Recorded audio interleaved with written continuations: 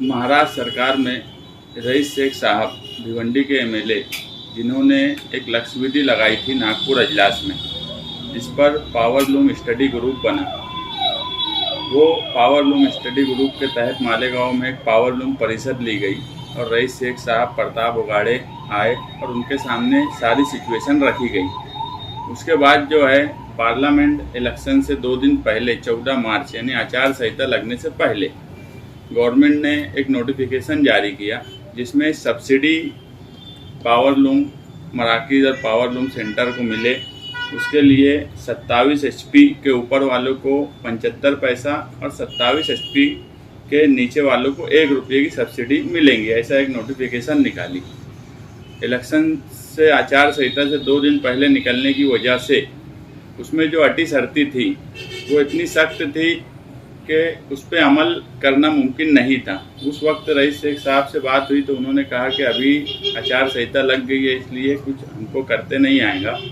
और जब उसके लिए पावर लूम चलाने वालों ने एप्लीकेशन किया तो सिर्फ भिवंडी के 60 लोग एप्लीकेशन कर पाए।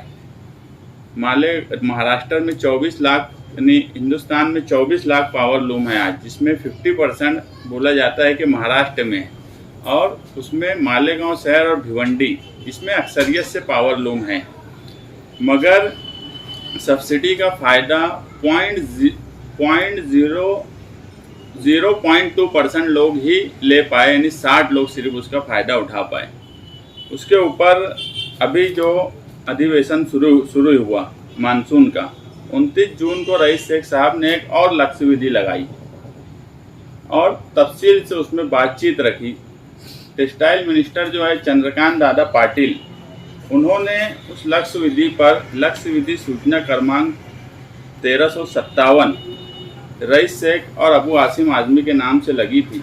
उस पर चंद्रकांत दादा पाटिल का जवाब महाराष्ट्र विधानसभा में जो लक्ष्यवेधी थी सन 2024 के पौसाड़ी अधिवेशन श्री रईस शेख अबू आसिम आजमी विधानसभा सदस्य यानी महाराष्ट्र विधानसभा नियम 101 अन्य दिलेली लक्ष्यवेधी सूचना क्रमांक 1357 पुढील प्रमाणे आहे, उसके ऊपर उन्होंने फैसला किया। और ये बड़ी खुशी की बात है महाराष्ट्र के तमाम ही पावर लूम सेंटर्स के लिए कि जो अटी शर्ती ऑनलाइन की थी उसे ख़त्म किया गया और उसे आसान किया गया। मेरी मालेगांव शहरियान की तरफ से समाजवादी पार्टी, अबू आसिम आजमी साहब और रईस शेख साहब और चंद्रकांत दादा पाटिल का शुक्रिया अदा करते हैं कि उन्होंने इस पर तवज्जो दी और इसको ख़त्म किया। उसी में एक डिमांड हमने पावर लूम परिषद में रखी थी कि सूद का जो फ्लक्चुएशन है बाज़ार का, उसको कहीं ना कहीं कंट्रोल होना चाहिए, जिसकी वजह से स्टडी ग्रुप में भी वो बात हम जब मीटिंग थी वहाँ भी रखे थे कि फ्लक्चुएशन जो है उसे कंट्रोल करना चाहिए।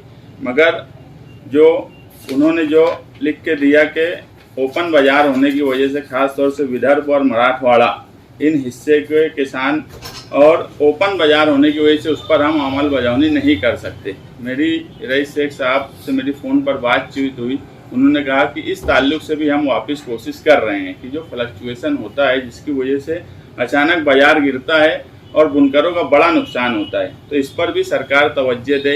एक मंजूरी जो सब्सिडी की मिली है, इसके लिए किस तरह से फॉर्म भरा जाए, किस तरह से काम काज किया जाए, प्रताप उगाड़े साहब को हमने सब भेजा है, वो हमको तफसील भेजेंगे और इंशाअल्लाह समाजवादी पार्टी ऑफिस से तमाम ही बुनकरों की नुमाइंदगी की जाएंगी। मैं वापस मालेगांव शहर के तमाम ही बुनकर और मालेगांव शहरियान की तरफ से अबू आसिम आजमी और रईस शेख साहब का शुक्रिया अदा करता हूँ कि उन्होंने सच्ची नुमाइंदगी की। सिर्फ बात करना और बात बोल देना। आप अगर रईस शेख साहब का अधिवेशन का वीडियो देखेंगे, जो कि मेरे ख्याल से मालेगांव शहर में भी हज़ारों लोगों ने देखा है, किस तरह से एक स्टडी किया हुआ आदमी जब बात रखता है तो सरकार को बात मानना पड़ती है। ये महायुति की सरकार कोई बुनकरों के लिए मैं नहीं मानता कि बहुत उनकी कोशिश या उनके लिए फ़िक्रमंद होंगी, मगर जिस तरह से रईस शेख साहब ने नागपुर अजलास में बात रखकर स्टडी ग्रुप बनवा दिया, उसके बाद अभी 19 तारीख को लक्ष्यवेधी लगाकर जिस तरह से उन्होंने एक स्टडी करके अपनी बात रखी, तो कहीं ना कहीं जब पूरी तैयारी से और सारी मालूमात के साथ सरकार के सामने बात रखी जाती है तो बहुत सी चीज़ें ऐसी होती है कि सरकार ना भी चाहे तो उसे मंजूरी देना पड़ती है, क्योंकि बात को इस ढंग से रखा गया और इलेक्शन का वक्त था, लोहा गर्म था, रईस शेख ने हथौड़ा मारा और पावर लूम बुनकरों को एक कामयाबी मिली। सब्सिडी के ताल्लुक से आप अपने अराकीन असम्बली को दी, जबकि मालेगांव के रुकन असम्बली उन्होंने भी आवाज़ बुलंद की असम्बली में कई मरतबा, और उन्होंने कल जो बात रखी उसमें गोली के ताल्लुक से जो मालूम फायरिंग हो रही है उसके ताल्लुक से भी अच्छी बात रखी, और बिजली के ताल्लुक से भी बात रखी, पावर लूम के ताल्लुक से भी बात रखी। आपने उनका नाम तक कर उनका शुक्रिया तक अदा नहीं। देखो, मैं तो शुक्रिया की बात जाने दो, इतने बड़े सेंटर महाराष्ट्र में जितने सेंटर थे, इचलकरंजी, नागपुर, भिवंडी, आप सिर्फ एक बात से अंदाज लगा लो कि नुमाइंदगी किस तरह की। स्टडी ग्रुप में उनको नहीं लिया गया। मालेगांव शहर में 3 लाख से ज़्यादा पावर लूम होने के बावजूद अगर यहाँ के एमएलए को स्टडी ग्रुप में नहीं लिया जाता तो नुमाइंदगी किस तरह की। 1 मिनट बाद बोल देना, ये नुमाइंदगी नहीं होती। दूसरी बात, गोली जो मालेगांव शहर में चली माजी महापौर अब्दुल मालिक पर, उस ताल्लुक से उन्होंने कुछ भी बात नहीं बोली। मैं तो ऐसा मानता हूं कि उन्होंने असेंबली में बात जो बोली, पुलिस की चापलूसी की और पुलिस की जांच को सही ठहराने की कोशिश की। उन्होंने ये बोला कि मालेगांव शहर में गोली चल रही है, पुलिस के पास बल नहीं है, पुलिस के पास सहूलत नहीं है। अरे पुलिस कार्रवाई सही कर रही है कि नहीं कर रही है, इस पे बात बोलो। अगर ये बात बोली जा रही है कि पुलिस की कार्रवाई सही नहीं है तो उस पर तो उन्होंने कोई बात नहीं बोली। उल्टा ये हुआ कि जो कार्रवाई हो रही है उसकी लीपापोती कर दी गई असेंबली में। तो मेरी ऐसी समझ है कि उन्होंने जानबूझकर इस तरह की बात बोली कि वो मामले को पुलिस की जो तफ्तीश है वो सही ठहराने की कोशिश उन्होंने असेंबली में की।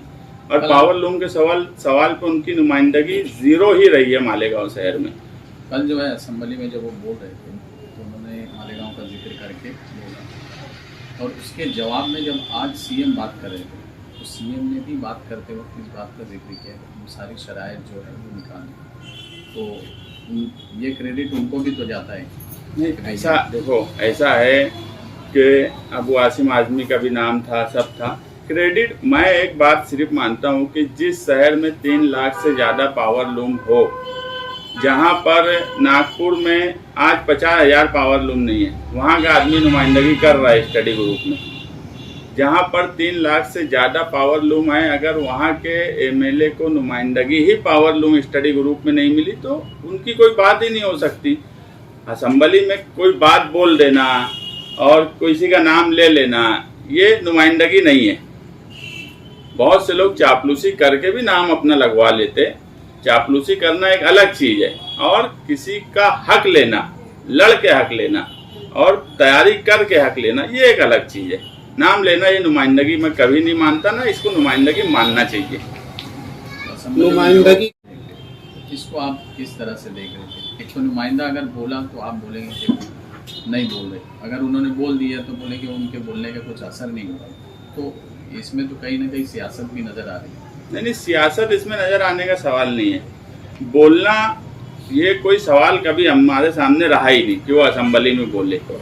असेंबली में कौन सी 5 साल का पीरियड हो गया, कोई एक बात हमको बता दी जाए कि उन एमएलए ने मालेगांव शहर के असेंबली में अगर 1 मिनट 1.5 मिनट बोले तो उसके असरात पड़े हों। किसी भी फील्ड में कभी असरात नहीं पड़े।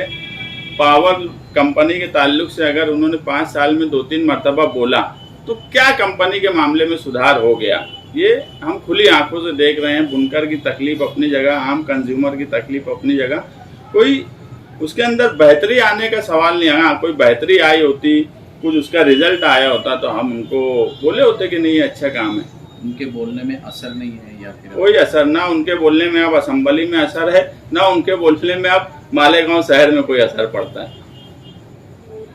नुमाइंदगी के बारे में मैं ये कहूँगा कि माजी में हम ये देखते आए हैं कि जिस वक्त तो असेंबली के इजलास जारी होते हैं उस वक्त तो महावितरण कंपनी जो है बहुत एक्टिव हो जाती थी। उसकी वजह ये रहती थी कि हमारे ताल्लुक़ से कोई सवाल ना हो जाए वहाँ पर, इसलिए वो उस वक्त तो कम से कम असेंबली इजलास जिस वक्त तो चलता था उस वक्त तो सर्विस बहुत अच्छी मिलती थी।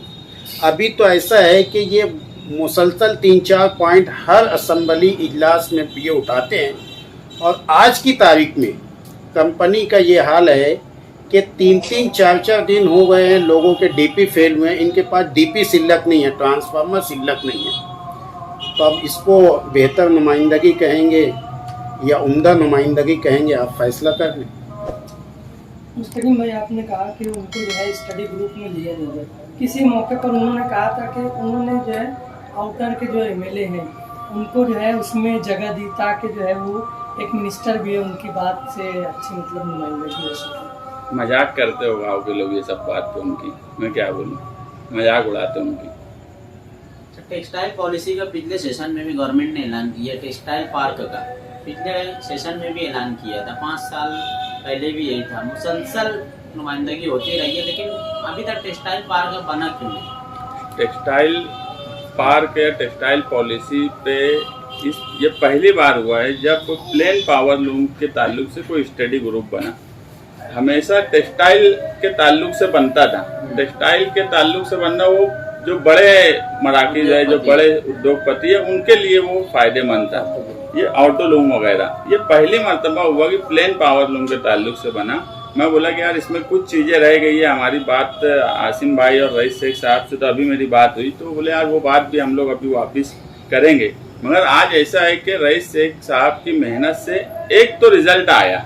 ये तो बात मेरे ख्याल से मालेगांव शहर का कोई आदमी नहीं वो मानेगा, ऐसा नहीं हो सकता। पावर लूम परिषद से लेके नागपुर अजलास का मामले से लेके अभी बम्बई के अजलास तक सारे काम काज और डॉक्यूमेंट की शक्ल में काम है। अगर कोई के पास ये रिजल्ट है कि उन्होंने विधानसभा में कोई बात बोली है और उनको लिख कर दिया गया है तो वो बताए। मैं क्या बोला कि नाम तो चापलूसी करने वालों का लिया ही जाता, हम भी महासभा में बैठते हैं, हमको भी मालूम है, वो कोई सवाल नहीं है। ऑन रिकॉर्ड ये विधानसभा की लक्ष्य विधि का जवाब है विधानसभा से, जिसमें रईस शेख और उनका नाम लिखा है कि इन्होंने दिया है। ऐसा कोई जवाब अगर उनके पास हो तो उन्होंने बताना चाहिए।